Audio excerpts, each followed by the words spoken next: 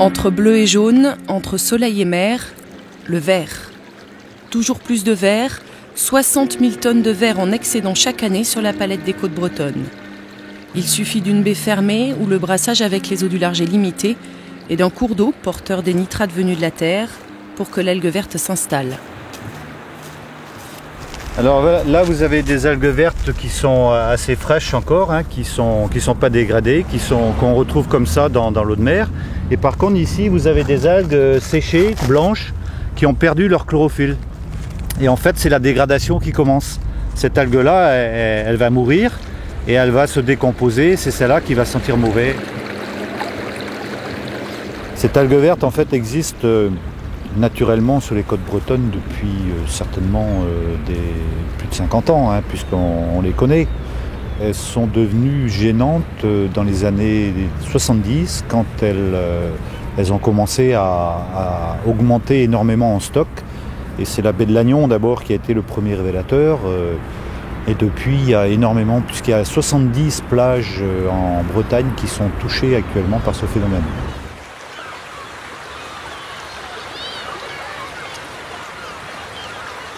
Le phénomène d'algues vertes, de prolifération d'algues vertes est un phénomène connu dans le monde entier. Il y a énormément de pays qui le signalent. Il y a eu des études scientifiques sur tous les continents.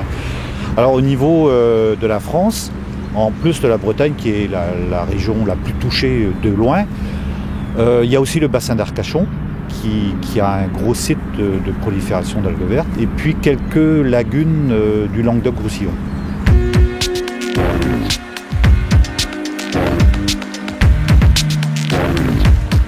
La vue, l'odeur, le toucher, l'algue verte réveille les sens et fait flancher le tourisme. Dans la baie de Douarnenez, certaines plages ont tout de même conservé leurs irréductibles baigneurs.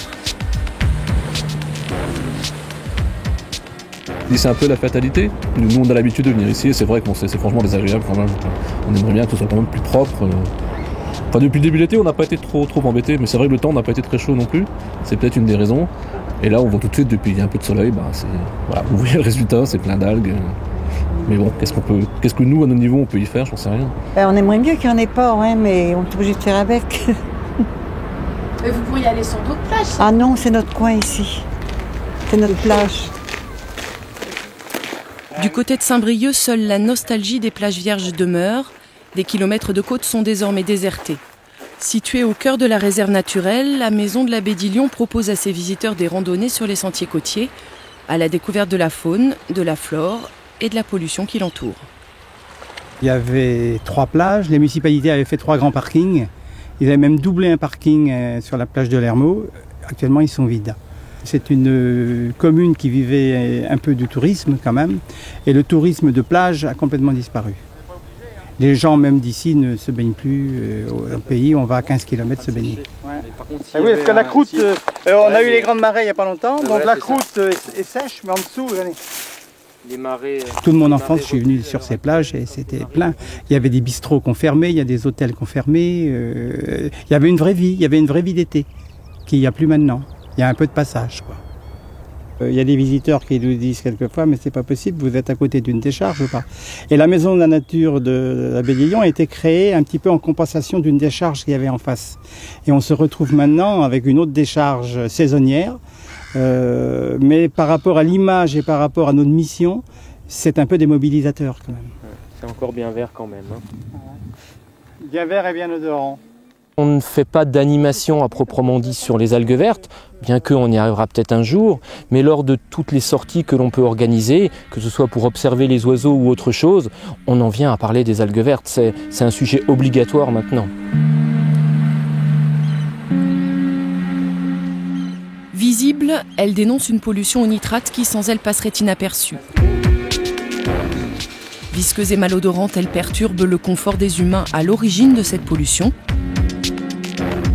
Alimentaire, on la trouve à la carte dans certains restaurants. Mais la présence massive des algues vertes sur les plages a aussi des conséquences néfastes sur le milieu.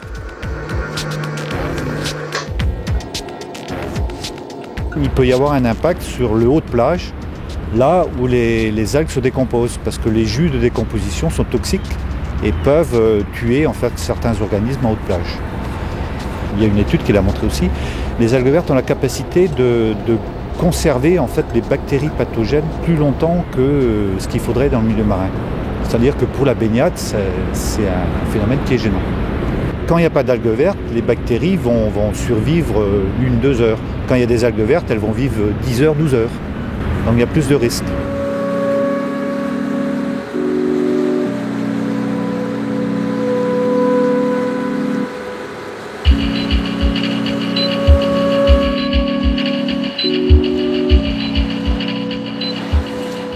Il fut un temps, oui, on pêchait de la gueule pavée ici, du bar, du mulet. Mais maintenant on ne peut plus vu que les ulves ont envahi cette zone et un filet posé, on ne peut plus le relever, tout se déchire, quoi.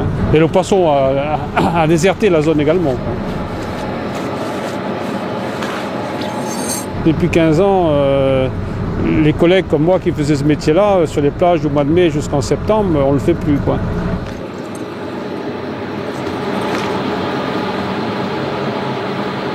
Alors, ce qu'on voit sur le dompteur, c'est donc la ligne de fond, la ligne de surface, et tout le rouge qui est taché, et puis même sur le fond, c'est des algues vertes. Notre meilleure pêche de l'année se faisait ici, quoi. Parce que c'était quand même des 300, 400, 500 kg de bar à coup de filet. Chose que maintenant, même s'il y a un ou deux bons qui se promèneraient, ce qui est rare, on ne pourrait pas les tourner du fait qu'il y a du goémon partout. Envahissante depuis plus de 30 ans, étudiée et observée sous toutes les coutures depuis presque 20 ans, l'algue verte est toujours là et continue à se nourrir des excédents de nitrates. Longtemps montrés du doigt par l'agriculture et les pouvoirs publics, les phosphates, issus des lessives et autres détergents ménagers, sont aujourd'hui blanchis par les scientifiques. Le principal responsable est clairement identifié, mais remettre en cause une agriculture intensive à l'œuvre depuis plus de 30 ans et toute l'industrie agroalimentaire et les modes de consommation qui en découlent, c'est s'attaquer à un gros morceau. Le nitrate qu'on trouve dans la rivière vient, en Bretagne au moins, d'après les études qui ont été faites, vient essentiellement de l'agriculture. Ce sont en fait les excédents azotés pour la fertilisation qui polluent en fait l'eau, qui sont entraînés par l'eau. Le nitrate est entraîné par l'eau dans la nappe phréatique. La nappe phréatique se contamine et ensuite alimente les rivières qui, ces rivières-là, alimentent le littoral et les sites sensibles comme ici la baie de Longnier.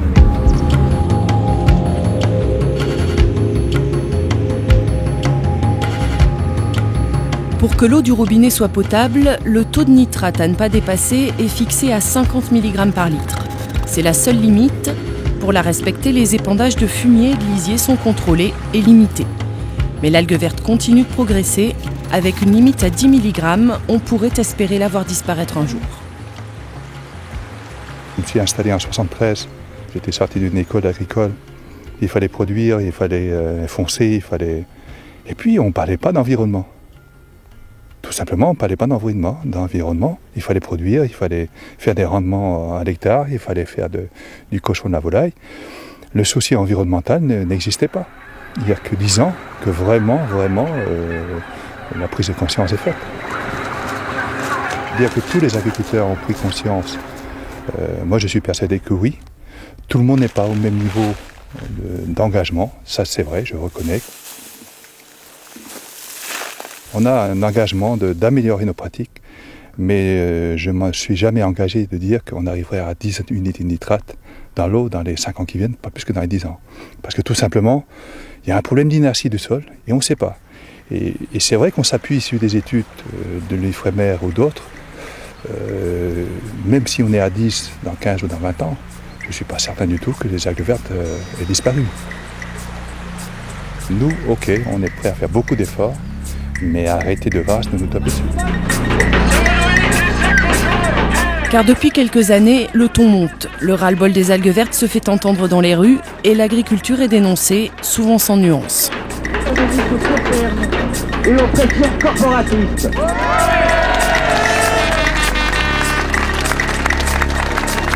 Pour favoriser les pratiques respectueuses de l'environnement. On n'est pas du tout contre les agriculteurs. on est même pour un développement agricole durable, donc on est pour valoriser le travail de certains agriculteurs. Par contre, ce que l'on est contre, c'est une certaine logique qui consiste à faire produire à des agriculteurs qui vont être pieds et poings liés du cochon à 1 € le kilo. Hein. Et effectivement, pour leur faire produire du cochon à 1 € le kilo, on est obligé de passer sur beaucoup de choses, comme par exemple le respect de l'environnement.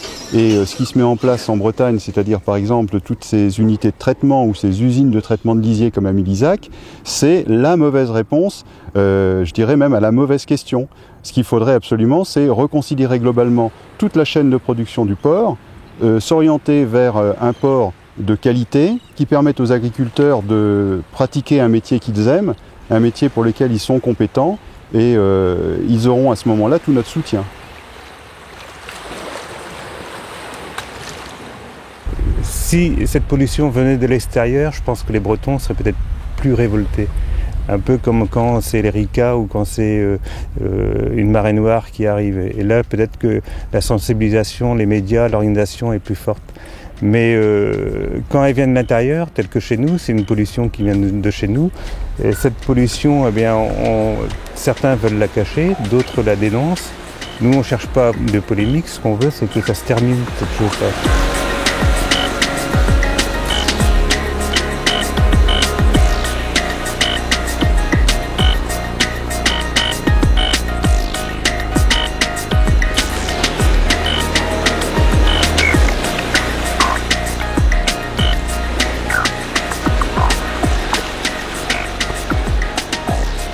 Maintenant, on s'aperçoit que dans les fonds de 20-25 mètres, on trouve des algues. Et ça fait 3 ans, il n'y en avait pas. C'est des côtes qui étaient vierges. Du côté du Cap de la Chèvre également, il n'y en avait pas. Du côté de Bezec, il n'y en avait pas. Et les collègues, là maintenant, qui font le chalut à Alençon pour faire l'appât, ils en trouvent dans leur chalut. Et depuis 3 ans, on commence à s'apercevoir qu'elles gagnent en profondeur. C'est vrai que le phénomène a l'air de s'étendre, puisque les pêcheurs nous disent qu'ils en trouvent de plus en plus dans leurs filets en mer. On a vu aussi une apparition nouvelle cette année en baie de Lannion et en baie de Concarneau. En plein hiver, la plage a été recouverte d'algues vertes. C'est-à-dire que ces algues vertes existent dans le milieu marin. Jusqu'à présent, on ne les voyait pas en hiver, elles étaient tapies sous quelques mètres d'eau. Elles commencent à apparaître sur les plages en hiver aussi. Ça inquiète les gens, ça nous inquiète aussi en tant que scientifiques. On va étudier dans les années qui viennent ce phénomène-là.